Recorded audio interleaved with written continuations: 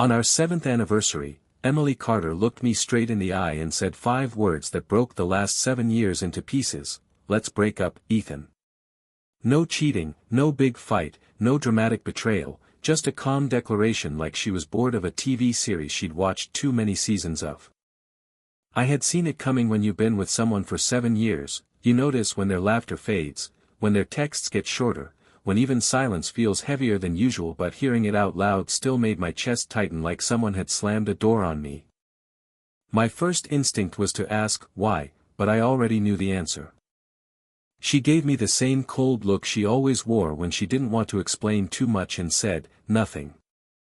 I'm just tired."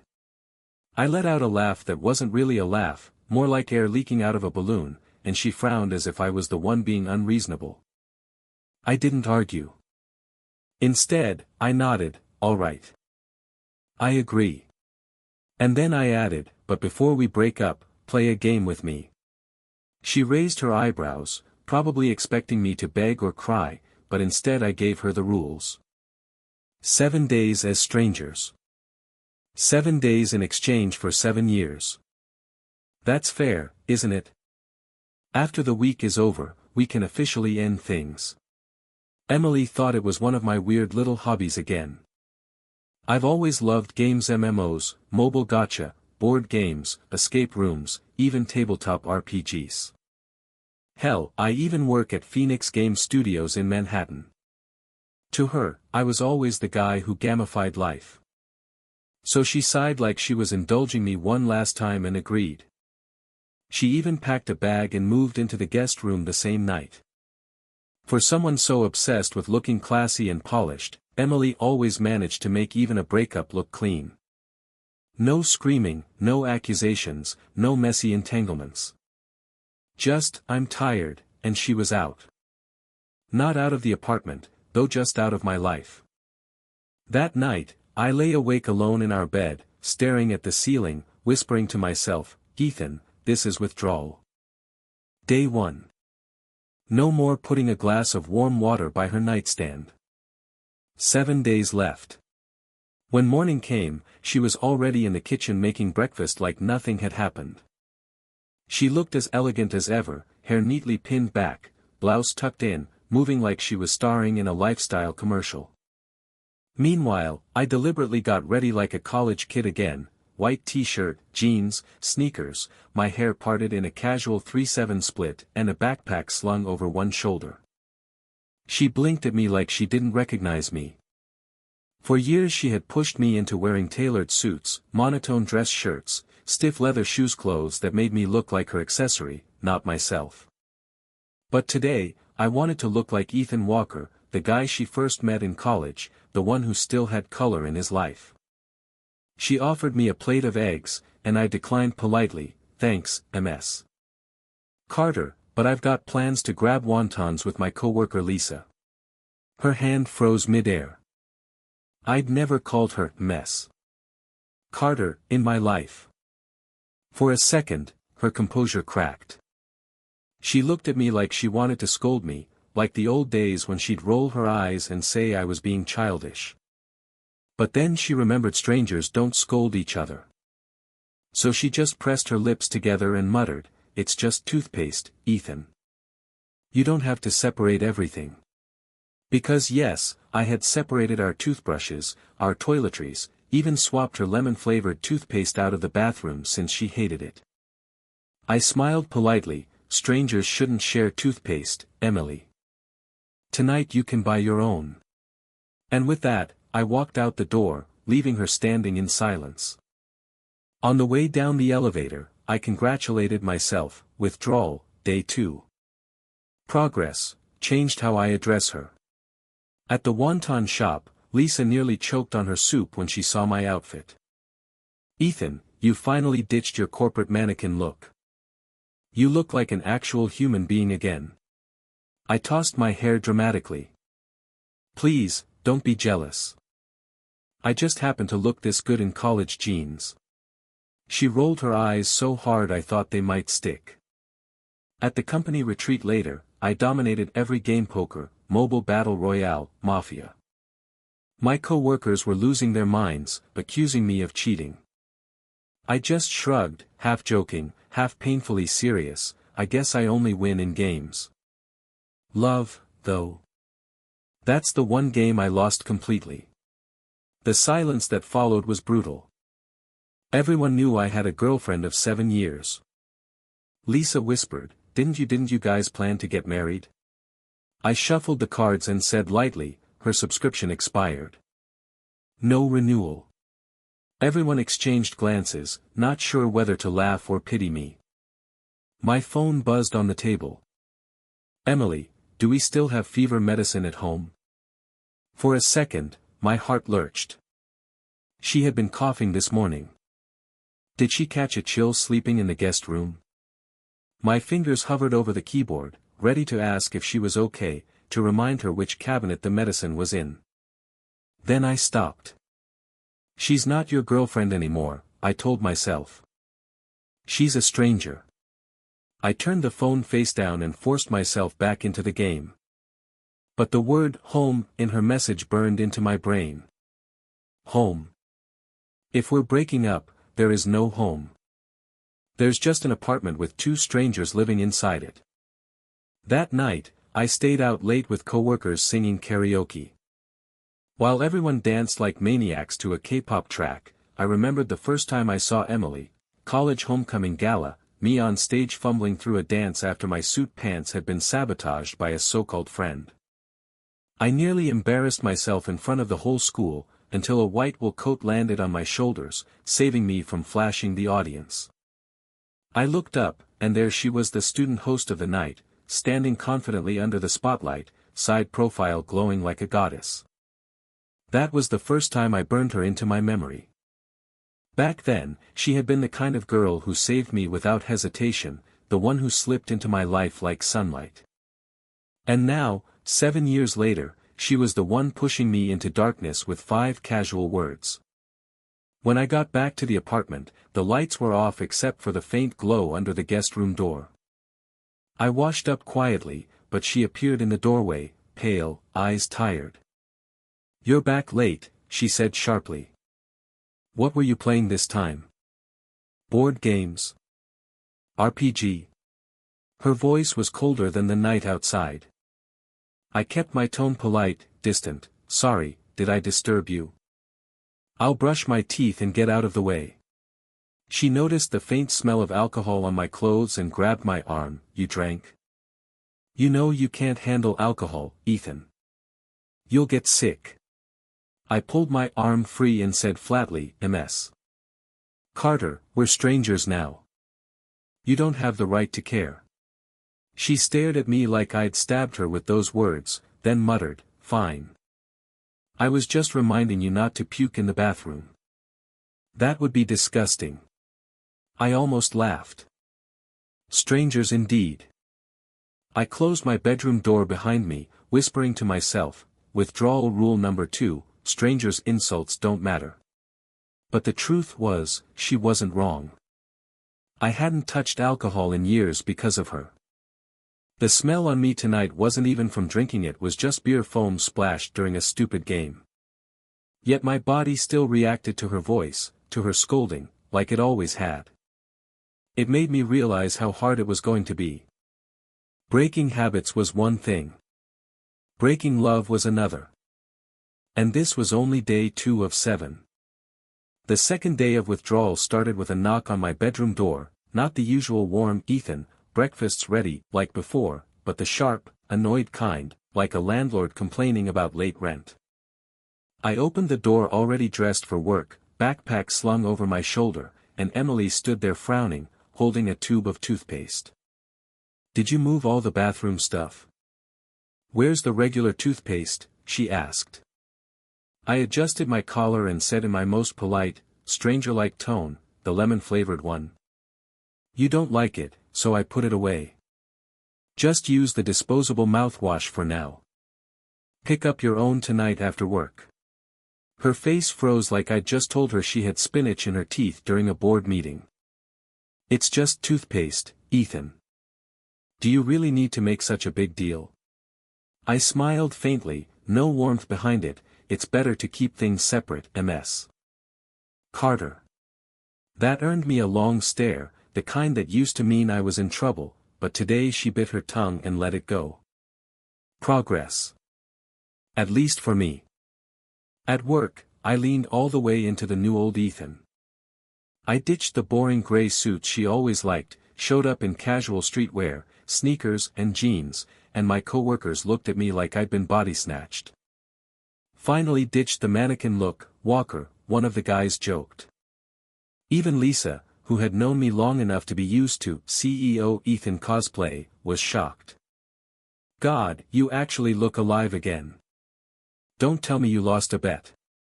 I shrugged, flipping through my phone, guess I'm just reminding myself who I really am. But it wasn't about me. Not really. It was about proving that I could separate myself from her, that I could roll back the years of changes I'd made just to match her polished image. Funny how when you love someone, you bend and stretch until you don't even recognize yourself anymore, and the moment they're tired of you, you realize you've been living as their idea of you, not as yourself.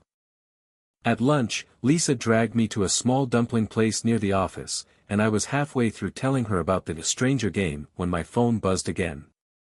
It was Emily. Do we still have fever medicine at home? My thumb hovered over the screen, my chest tightening. She must have caught a cold in the guest room, maybe even a fever. The old me would have rushed out mid-bite to get her medicine, but the new meth one sticking to the game flipped the phone face down. Rule number 1, don't break character. Don't answer strangers.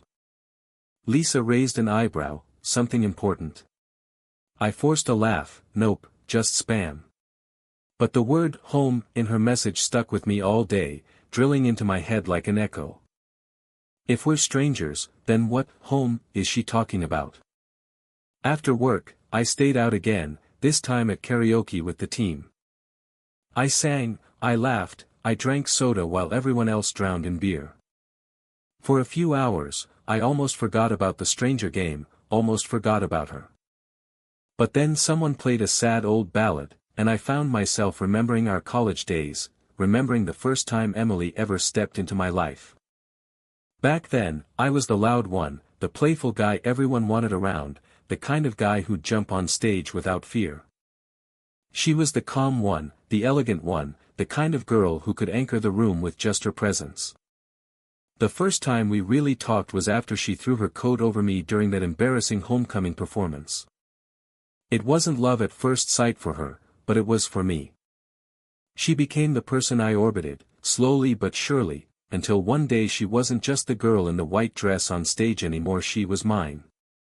And now, 7 years later, she was slipping away with the same calm expression, like none of it had meant anything. When I got home that night, the apartment was quiet, but Emily was waiting in the hallway, arms crossed, face pale. Back late again. What were you doing? More games, she demanded. I avoided her gaze, kicked off my sneakers, and said casually, just a murder mystery game with coworkers. Her eyes narrowed. So you drank too? She stepped closer, sniffing the faint trace of beer foam that had gotten on me earlier. You know what alcohol does to you, Ethan. Don't be reckless. I pulled my arm away, my tone sharp enough to cut Ms. Carter, we're strangers now. You don't get to care. For a second, something broke in her expression, hurt, anger, confusion all at once, but she quickly masked it with disdain. Fine. I was just warning you not to puke in the bathroom. I don't want to deal with your mess. I brushed past her, muttering under my breath, Rule 2, strangers' insults don't count. But the truth was, her words still stung. They always did. A few hours later, the doorbell rang. I sighed, thinking it was a package, but when I opened the door, a young guy with glasses stood there, holding a bag of medicine. Hi, is this Ms. Carter's place? I'm Ryan, her assistant. She didn't go out to get her meds, so I brought them. He glanced past me, oh Ethan, right? Sorry for bothering you.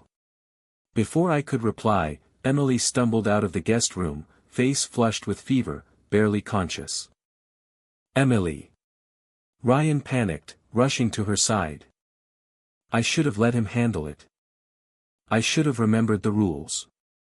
But watching her burn up with fever, swaying on her feet, my body moved before my brain could stop it. Together, Ryan and I carried her down to the car, her head instinctively leaning against my shoulder. She clung to my neck, even in her half-conscious state, like her body still remembered I was the safest place. And that's when it hit me, maybe it wasn't just love I had to quit. Maybe I had to quit the feeling of being needed. At Mount Sinai Hospital, I handed Ryan her documents, even gave him the pin to her insurance card. He looked at me like I was insane. Aren't you staying? Ethan, she's not my anything, I cut him off. You're her assistant. This is your job. Do it well, and maybe she'll promote you. As for me, I'm done here. And I walked away. But that night, lying in bed staring at the ceiling, I didn't sleep a single second. My chest felt like it was being crushed. Because no matter how many times I told myself we were strangers, no matter how many rules I made up to keep my distance, the truth was simple, I still loved her. I still cared. And that terrified me more than anything else. Withdrawal day 3 was coming, and if the first 2 days had already hurt this much, I couldn't imagine what was waiting for me next. Day 3 of withdrawal began with a phone call, not from Emily but from her assistant Ryan, his voice nervous through the receiver. Ethan, could you bring some clothes for Ms. Carter? The doctor says she has mild pneumonia, she'll need to stay for 3 days. The old me would have been on the next cab, but I stared at the ceiling, clutching my phone, reminding myself of the rules. I have work, Ryan. The spare keys are under the rug, get the clothes yourself. He hesitated, probably confused, but agreed. 10 minutes later, Emily herself broke the silence I had so carefully built, sending me a voice message, her voice raw from coughing, yet sharp enough to cut me to the bone. Ethan Walker, I'm sick like this and you still won't forget that damn game. Even if I were a stranger, you're being cruel. I sat at my desk, hands trembling, listening to her voice break in the middle of that sentence. For a second, I wanted to run to the hospital, to hold her hand, to tell her I never stopped caring. But then the anger hit me. Wasn't this the same woman who looked me in the eye 2 nights ago and said she was just tired of me? Wasn't she the one who planned to throw away 7 years with a shrug? And now she had the nerve to act like I was the heartless one. My reply was cold, typed without hesitation, game rules, Ms. Carter. Strangers don't owe each other anything. Watch your words. I blocked her number right after hitting send. My chest hurt so much I thought I might collapse, but I forced myself to stay the course. This time, I wasn't going to be weak. At lunch, my coworker Lisa sat with me in the cafeteria, her plate piled with fries. Ethan, you look like hell, she said bluntly. I shrugged, poking at my food, guess I didn't sleep well. Before I could say more, Sophie Miller, the young entrepreneur from the floor upstairs, slid into the seat next to me like she owned it. Sophie was bold, cheerful, and absolutely relentless. She flashed me a mischievous smile and said, "So, rumor says your 7-year relationship is expiring. How many days left? I want to get in line." Lisa nearly choked on her soda while I groaned, "Sophie, where the hell do you even hear this stuff?" She leaned closer, batting her lashes, "I have spies." So, when's the breakup date? I sighed, even if Emily and I split, that doesn't mean you and I. Sophie pouted dramatically, "Don't be so absolute, Ethan. I'm a loyal puppy." Loyal puppies are trending, didn't you know? Lisa burst out laughing while I just shook my head. "We've known each other for 2 months, Sophie. That's not exactly loyal." But she wasn't discouraged. "So what? Timing is everything. If I'd met you before Emily, maybe things would have been different. Her words lingered in my head longer than I cared to admit. Timing really was everything. If I'd met Sophie years ago, maybe she would have been the one sitting across from me at anniversaries, maybe she would have been the one I gave 7 years to. But reality doesn't work that way. And I wasn't about to let myself be anyone's rebound. Later that day, as I was leaving work, Lisa nudged me, pointing outside the window. "Isn't that Emily's car? Is she here to pick you up?" Sure enough, her black sedan was parked right by the entrance, hazard lights blinking. Before I could react, Sophie jumped up from her seat, holding a box of cookies she'd brought as an excuse to visit me. Perfect. I'll go say hi to the legendary ex. My stomach dropped.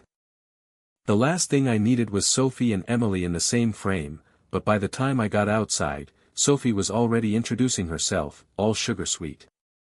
Emily, of course, kept her composure, returning the politeness, but her eyes flickered with something else: tension, annoyance, maybe even jealousy. Sophie, enjoying every second, turned to me and said loudly enough for Emily to hear, "Oh, by the way, Ethan, the apartment I told you about is ready. You can move in any time. Want to do it tonight? I'll help." My jaw tightened. Emily's face didn't move much, but I knew her well enough to see the slight twitch at the corner of her mouth. "We had plans tonight," she said flatly, ignoring Sophie. "It's my dad's birthday. We promised to go." And just like that, I remembered. Mr. Carter, who always welcomed me warmly, who cooked me full tables of food, who once told me he considered me family. I sighed, realizing I couldn't bring myself to disappoint him. So I got into Emily's car without a word, leaving Sophie standing at the curb, smiling like she had already won something. On the way, Emily drove in silence, her hands steady on the wheel, her perfume faint in the enclosed space. From the rearview mirror, I caught her glancing at me a few times, like she wanted to say something but held back. At her father's house, the warmth was immediate. Mr. Carter greeted me with open arms. "Ethan. You've lost weight, son. Sit, sit. I made your favorite dishes." His kindness made me ache, knowing he had no idea his daughter and I were unraveling. Over dinner, he brought up the one topic Emily and I had both hoped to avoid. I talked to a friend who checked the calendar for good dates. October or next May would be perfect for a wedding. What do you two think? Emily froze, her fork halfway to her mouth, clearly scrambling for an excuse. I smiled casually, masking the sting in my chest. Why wait till next year? Let's just get married tomorrow, have a kid the day after, and ask for parental leave the day after that.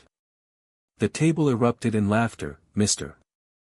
Carter slapping the table with delight, while Emily stared at me with wide eyes, panic and confusion written all over her face. She thought I was serious. I wasn't. Not anymore. That night, on the ride back, I leaned against the window, watching the city lights blur by, and whispered to my reflection, "Ethan, you're really blind." I had given her everything 7 years, countless sacrifices, parts of myself I didn't even recognize anymore. And she had gotten tired of it. Of me. When we got home, she placed the leftover cake on the counter and suddenly said, almost awkwardly, "I'm sorry, Ethan. About the promises I made years ago. I couldn't keep them." I chuckled bitterly, waving her off. "Forget it. We've got 5 days left. Let's just get through this."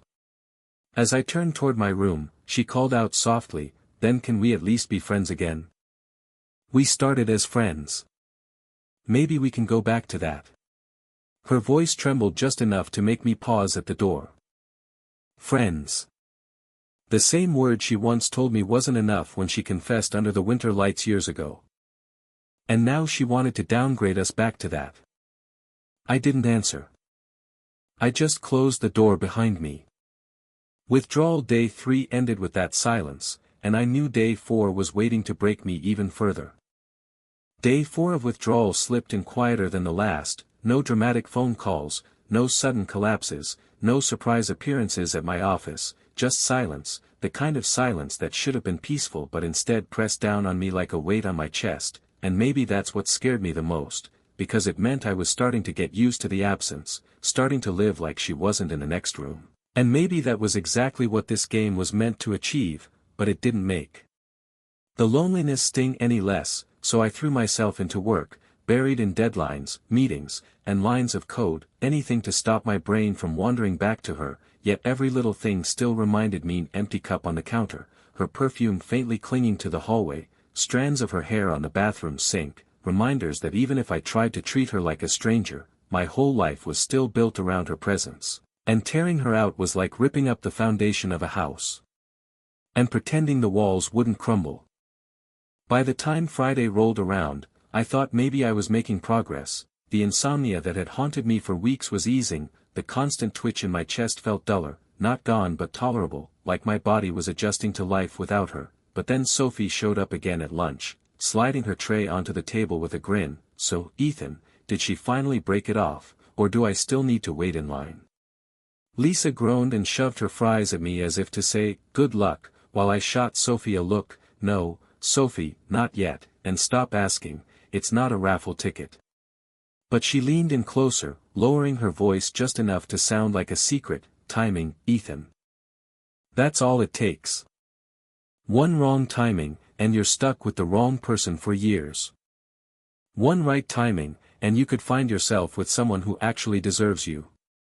I wanted to laugh it off, but the words cut deep because she wasn't entirely wrong. Timing had always been everything with Emily and me, from the coat she threw on me at homecoming to the night she confessed under the Christmas lights, to now, the moment she decided she was tired of me. Timing was the thread that had woven us together and was now unraveling us, and Sophie, bold as she was, knew exactly where to push. After work, I almost made it home without incident until I saw her again, Emily waiting by her car outside the building, still pale but standing, clearly out of the hospital earlier than she should have been, and for a second, I almost turned back inside, but she spotted me immediately and waved. Ethan, can you come with me? It's my dad's birthday dinner, I don't want to show up alone. My first instinct was to refuse, to tell her she had no right to keep pulling me back in whenever it was convenient, but then I thought about Mr. Carter, the man who had always treated me like a son, who cooked me entire tables of food and talked about our future with genuine joy, and I couldn't bring myself to let him down, so I nodded curtly and followed her to the car, Sophie watching from the lobby window like she was already planning her next move. Dinner at the Carter house felt like walking into a time machine. Mr. Carter beaming, clapping me on the back, saying I'd lost weight and needed to eat more, Emily's mom fussing over us like nothing was wrong, and for a brief moment, I almost forgot, almost believed we were still that couple they were so proud of, until Mr. Carter brought it up, his smile warm, his voice so full of hope it hurt. I talked to a friend, they checked the calendar, October or next May would be perfect for the wedding, what do you think? Emily froze, her fork hovering, panic flashing across her face, but before she could stammer out an excuse, I chuckled lightly and said, why wait? Tomorrow's fine, the next day we'll have kids, and by the day after that we'll ask for parental leave, and the whole table laughed like it was the funniest thing in the world, except Emily, who stared at me like I'd set the house on fire, because she thought I was serious, thought I was pushing her when all I was doing was mocking the ghost of promises we both knew would never happen. On the ride back, the silence was suffocating, the city lights flashing across her face as she gripped the steering wheel, and finally she whispered, almost too soft to hear, I'm sorry, Ethan, for the promises I made years ago, I couldn't keep them. I stared out the window, bitterness twisting in my chest. Doesn't matter. We've got 4 days left. Let's just get through them. At home, she lingered in the hallway, like she wanted to say more, and then, in a voice so fragile it almost broke me, she asked, then can we at least be friends again? We started as friends. Maybe we can go back. Friends. The word that once felt like a wall between us now dangled like a lifeline, and I couldn't help but think about that night years ago when she confessed, when she told me she didn't want to be just friends anymore, when her eyes were full of light and certainty, when she made me believe in forever, and now she wanted to undo it all, rewind us back to something that no longer existed, but I didn't answer, just walked away, leaving her standing there with that look of desperate hope. Day 4 ended with her voice echoing in my head and me realizing that maybe the stranger game wasn't just about her getting used to losing me, maybe it was about me proving I could finally live without her, and yet deep down, I wasn't sure I was winning anything at all. Day 5 started with the kind of quiet that should have been comforting but wasn't, the kind where you wake up and notice the details that stab you in places you didn't know could still hurt, like the faint smell of her perfume lingering in the hallway or the fact that the bathroom sink had a single strand of her hair caught in the drain, proof that even when she wasn't in front of me, her presence still wrapped around me like a chain, and I hated myself for noticing, hated myself for still caring when all I should have been doing was cutting ties and counting down the hours until this stupid game ended.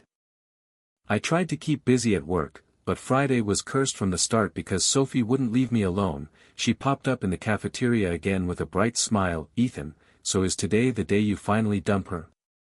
Do I get to move up on the wait list?" Lisa nearly choked on her juice laughing at Sophie's shamelessness, but I just groaned. "Sophie, I told you, it doesn't work like that." She leaned closer, her eyes glinting like she knew exactly what she was doing. "Come on, Ethan, the woman's had you on the hook for 7 years, she says she's tired, and now you're torturing yourself with this ridiculous stranger game. Why not make it easier, end it now and let someone else show you what it's like to actually be wanted?" I hated how easily her words burrowed under my skin because part of me wanted to believe her, wanted to think maybe love could be that simple, that fast, that clean, but I knew better. Love wasn't simple, it was messy, it was sacrifice, it was years of inside jokes and shared struggles and promises that broke you when they weren't kept, and no matter how attractive Sophie's optimism was, she couldn't erase the weight of everything Emily and I had been through. But Sophie didn't care about logic. She leaned back in her chair and smirked. "Fine, don't admit it now, but when you finally walk away, don't be surprised if I'm the one waiting at your door." I rolled my eyes, trying to shake off the tension, and for the rest of the day buried myself in code and deadlines, until around 6 p.m. When the office suddenly buzzed louder than usual because Lisa peeked out the window and gasped, "Ethan, isn't that Emily? She's here, waiting for you." My stomach dropped. I hadn't unblocked her number, hadn't responded to anything, so her showing up meant she was determined, and sure enough, by the time I packed up, she was leaning against her car, pale but steady, as if she'd decided nothing, not illness, not pride, was going to stop her. Sophie appeared out of nowhere, clutching a box of cookies like some cliché sitcom prop, her eyes lighting up when she saw Emily. "Perfect timing, Ethan, let me just introduce myself to your ex." Before I could stop her, she was already marching toward Emily, all bright smiles and fake politeness, and I had to jog out behind her, heart pounding because the last thing I needed was a public showdown. To my shock, Emily stayed calm, her voice even, her posture elegant, returning Sophie's politeness like she'd been preparing for this all along, but I could feel the tension thick in the air. Then Sophie, never missing a chance to twist the knife, turned to me and said loud enough for Emily to hear, "Hey, about that apartment I told you about, it's ready. You can move in any time. I'll even help you pack tonight." I froze, my jaw tightening, while Emily's eyes flickered just barely, but I saw it, the way her lips pressed tighter, the way her knuckles whitened on her keys. She finally broke the silence with a simple statement, "We promised to go to my dad's birthday dinner tonight. He's waiting." And that was all it took to remind me. Mr. Carter, who treated me like a son, who cooked endless feasts and never once made me feel like an outsider, who deserved better than being abandoned because his daughter and I couldn't keep it together. I sighed, ignoring Sophie's smirk, and got into Emily's car. Dinner at her parents' house was a minefield disguised as comfort. Mr. Carter greeted me warmly, clapping my shoulder like always. "Ethan, you've lost weight, son, you need to eat more," his kindness hitting me harder than it should have. For a while, everything felt almost normal until he brought up the topic I dreaded, his eyes shining with genuine joy. "I talked to a friend, we looked at dates, October or next May would be perfect for the wedding, what do you think?" Emily stiffened instantly, her fork hovering, clearly ready to invent some excuse, but I beat her to it, my tone light and mocking. "Why wait till next year? Tomorrow's good, the day after we'll have kids, and by the third day we'll be asking for parental leave. The table erupted in laughter, Mr. Carter chuckling, Emily's mom smiling fondly, but Emily herself looked at me like I'd dropped a bomb, panic flickering across her face, because she thought I was serious, thought I was cornering her, when all I was doing was mocking the broken promises she once made and never kept. On the drive home, the silence was unbearable, the city lights flashing across her face as she gripped the wheel too tightly, and finally she whispered, "I'm sorry, Ethan, for not keeping my promises." I stared out the window, bitterness bitter on my tongue. Doesn't matter.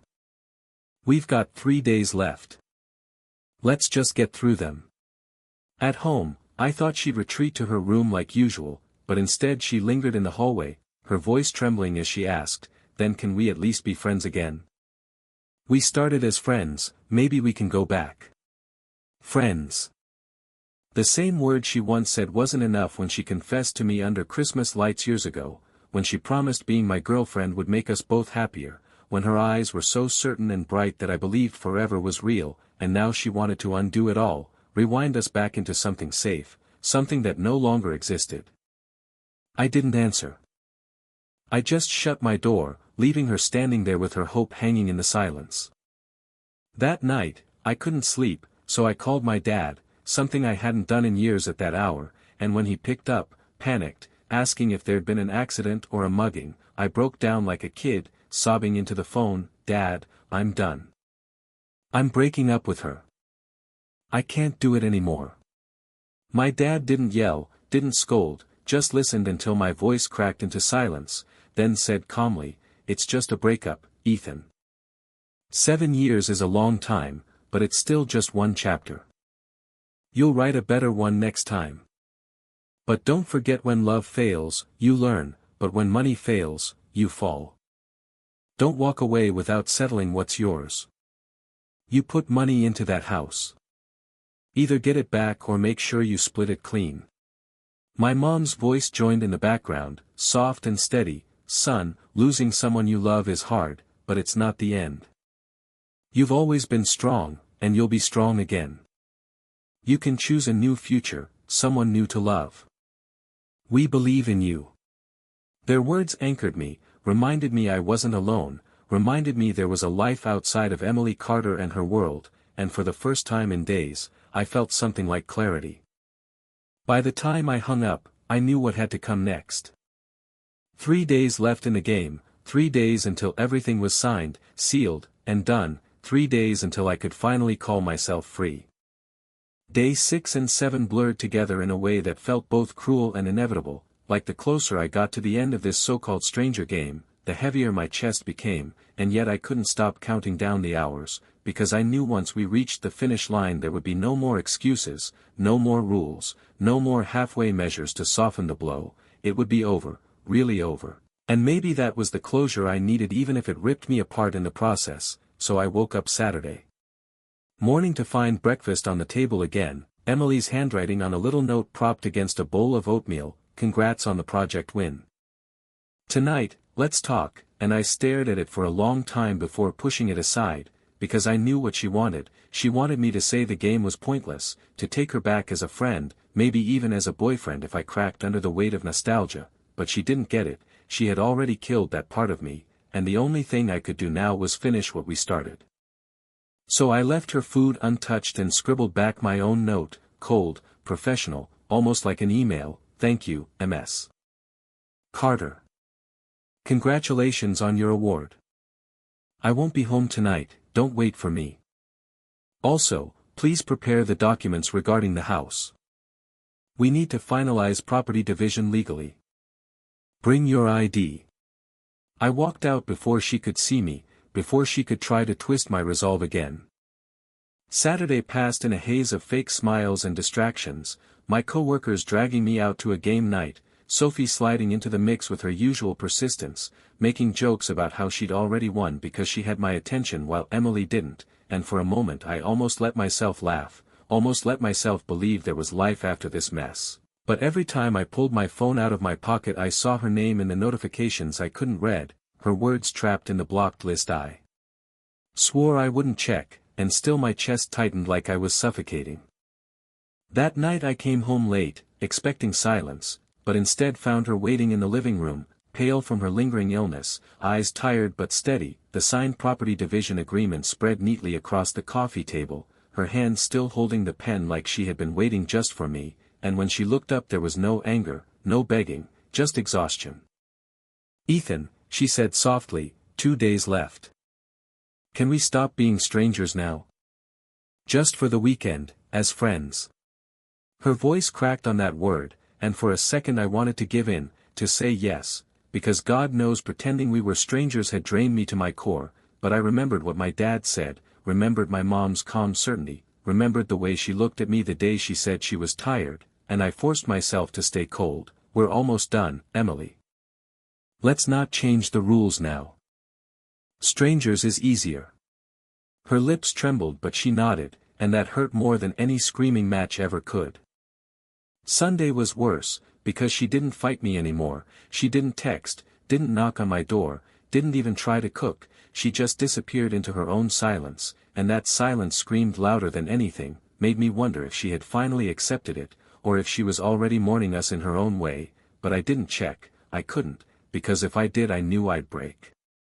The 7th day, the last day, I stayed home while she went out God knows where, and for the first time in years we didn't see each other all day, no accidental brushes in the hallway, no forced small talk, nothing, just emptiness, and that emptiness told me we had finally done it, we had finally become what we pretended to be, strangers. At midnight, I unblocked her number long enough to type the words that ended everything: "The game is over. We're officially done. Goodbye, Emily." Her reply came fast, too fast, like she had been waiting for it all night. Breakup accomplished. Goodbye, Ethan.